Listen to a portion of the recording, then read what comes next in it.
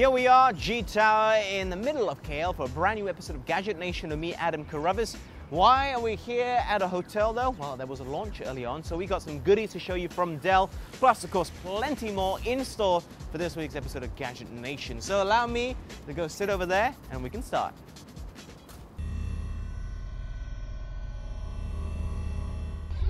Plantronics, a global distributor of audio communications for business and consumers, has unveiled its latest device in the market, Voyager Focus UC, the industry's first wireless Bluetooth stereo headset with active noise cancellation technology designed to reduce noise and distraction in open, collaborative, and remote workspaces. OnePlus has recently introduced its brand new device, the OnePlus X. OnePlus X is about expressing individuality in modern urban life, the conflict between traditional craft and manufacturing, and balance between design and technology. Packed with a 5-inch 1080p AMOLED display, a Qualcomm Snapdragon 801 processor, 3GB of RAM, and 16GB of expandable memory, OnePlus X is ensured to meet every user's expectations. Lenovo International has revealed the new Yoga 700, a premium Windows 10 convertible laptop with 4 usage modes: laptop, stand, tent, and tablet.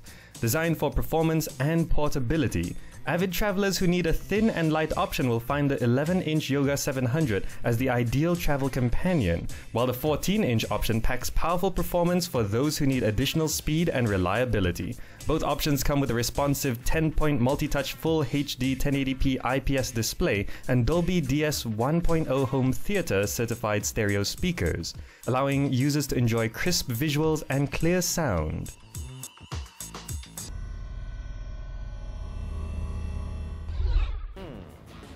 Amazing. I love it. Now, in case you're wondering where we are, we're right in the center of KL, and they've just finished up an event. By they, I mean Dell. So they've showcased what's exactly in front of me here, and I'm very excited. So this isn't a full-on review because honestly I haven't had time to really play with it. We are at the event itself. It's the first time we're seeing it. So we're just going to give a quick look, quick browse through at what we can expect to see, and then maybe in the future we can have a full-on review. But for now, just a look at two very, very cool devices from Dell. Now, the one on my left to your right is a 2-in-1 and is much cheaper than the one on my right-hand side.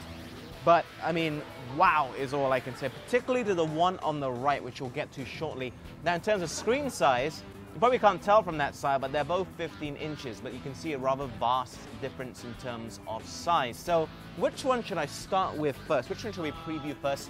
Let's go with the 2-in-1, which comes in at slightly under 4,000 ringgit. This is the 7000 series, the 2-in-1.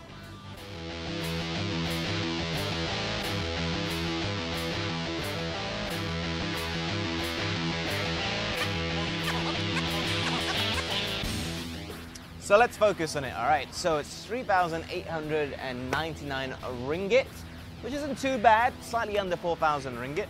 But it is a 2-in-1 as well, so you're getting two things here. And it's rather sizable, it's very nice to hold, but might not be suitable to some who don't like such a large set device. Let's just take a look around the sides and see exactly what we get. We can see multiple ports right there. You may also note HDMI right there, next to where the power plugs in. And of course, we've got your standard USB ports right there, headphone jack. And on the other side, we have another USB port. So 3 in total. We've got the power button, etc. there, and you're good to go. So once you open it up, oh, actually before that, it does have a very nice matte finish on the top, which I think is very cool, and at the base as well. So the whole thing does feel rather premium. Now, I say it's a 2-in-1 because it really is. See, like this. Suddenly becomes a very, very large tablet. And of course, being a tablet, it is touchscreen. You can see me drawing out here and clicking wherever it may be, etc. So there you go. And I have to say, they've done a very, very good job with this. And I'm just going to press that right there. It's very fluid. It's very smooth to use, as you can see. It comes obviously with Windows 10, so we got Cortana here. I love the fact Cortana, because I love to play Halo, right? But anyhow, I'm digressing. And in terms of everything it can do, it's good. So who is it targeted for? Probably those in the more creative field, those that need something like this, or presentations, or doing up artwork, etc. And in terms of the screen, the key difference between the two here is this is full HD 1080p. So should give you nice, crystal clear viewing, whatever you may be putting onto the screen, but it does not compare to the other device, which I'll get onto later. Latest processor, up to 8 GB of memory, 1 tera hard disk inside, or 256 SSD, depending which configuration you want. And another thing which they say, but I haven't really had a chance to test properly, is that it has a very fluid trackpad here as well, so you can zoom in and out, etc. in a very fluid manner. It's less fidgety. It works a lot better than what we've seen in the past. So I'm going to close this up and move on to this one here, which is like double the price, but it is absolutely beautiful.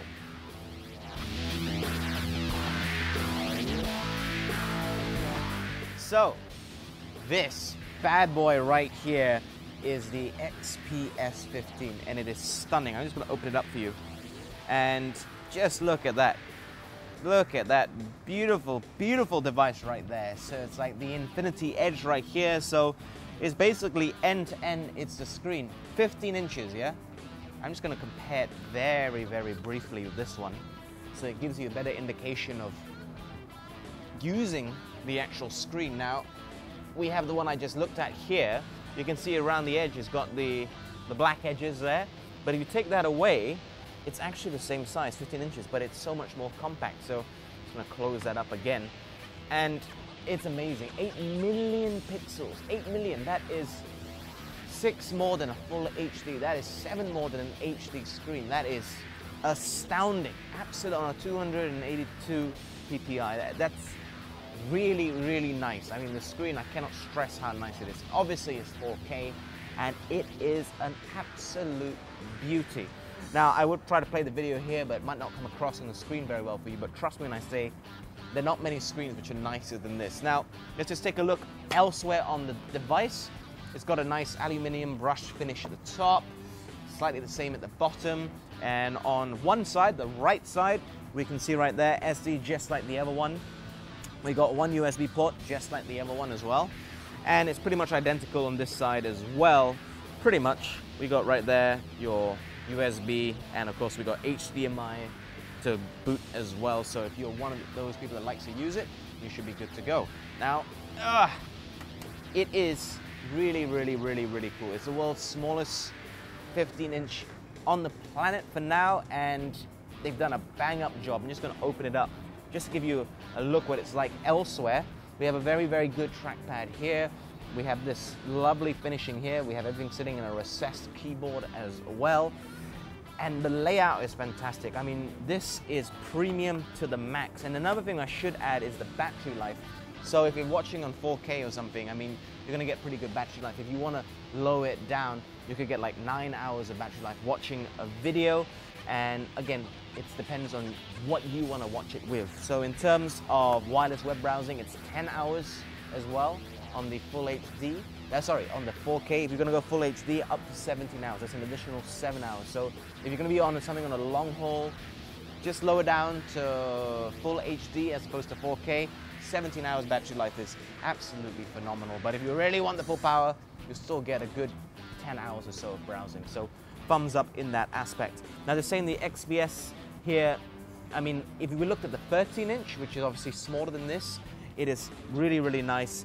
I mean, 5% smaller than, say, the MacBook, for example. So definitely setting a trend, definitely setting a benchmark in that sense. Very well done to Dell for building something like this.